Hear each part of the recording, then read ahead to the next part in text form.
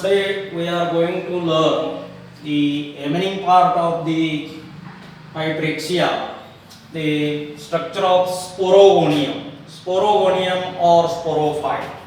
This is the structure of sporogonium or sporophyte. The sporophyte is formed in the center of the archegonium. After fertilization, the zygote is formed, and the diploid zygote is formed here, and this diploid zygote redivides, and forms the sporophyte, or it is also called as sporogonium. And in the center of the archegonium, the sporophyte is formed.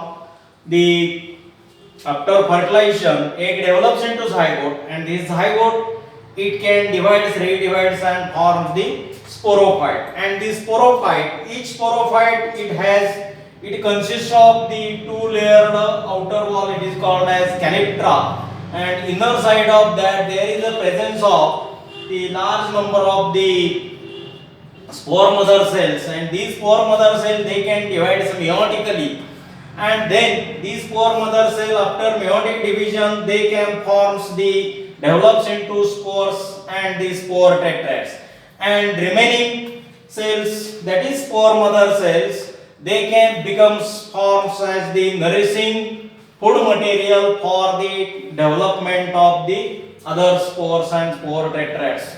And then each sporophyte, in case of the Rixia, that is the sporophyte, it is formed in the thallus, and here there is the archegonium is present, or at the venter region this sporophyte it can be formed. And this sporophyte it becomes a spherical structure. It can shows only capsule. There is foot and seta is totally absent in Rixia, and only spherical structure or capsule is present, and this capsule contains the spores and the spore tetrads. Then this is the structure of the sporogonium, or it is called as the sporophyte.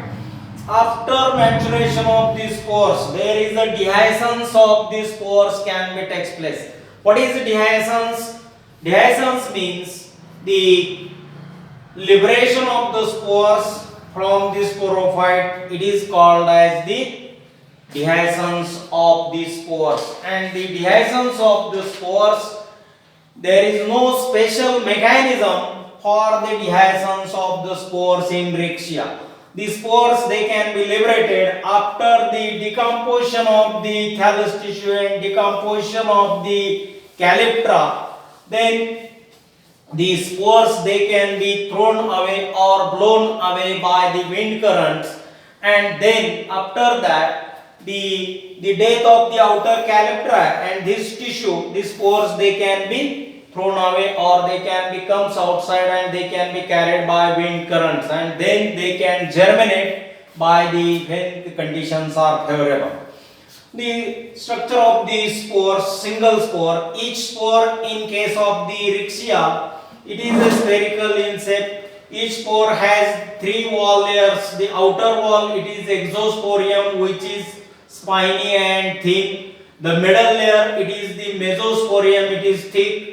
Inner layer it is thin, it is called as the endosporium, and at the center there is a nucleus is present, and to the periphery of this nucleus there is cytoplasm can be also present.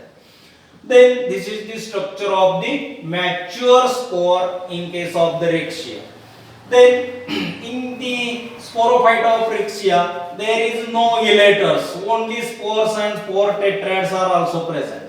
And after maturation of each spore, when they get potable substratum, then they can be germinate. How the spores can be germinated? Each spore has three wall layers, that is exosporium, mesosporium and endosporium. Then this exosporium and mesosporium burst, and endosporium they can comes outside, and they can form the germ tube. Here the germ tube can be formed. And then the tip of the germ tube it becomes meristematic in nature. They can redivides, and there is the apical cells can form, and this apical cell They can divide by anticlinal and periclinal division or right angle to each other, and they forms the two cells, and then they can divide vertically and longitudinally, and they form the many celled thick structure is formed after later stage. And then these divisions they can grow, and at the lower side the lower cell they form rhizoids, and upper at that time the upper portion of this upper tier they can form the thallus tissue, and in this way the germination of the spores in Rixia can be also takes place. And this is about the structure of the sporogonium or sporophyte in Rixia, and the dehiscence of the sporophyte, and structure of spores and germination of the spores in case of the Rixia also.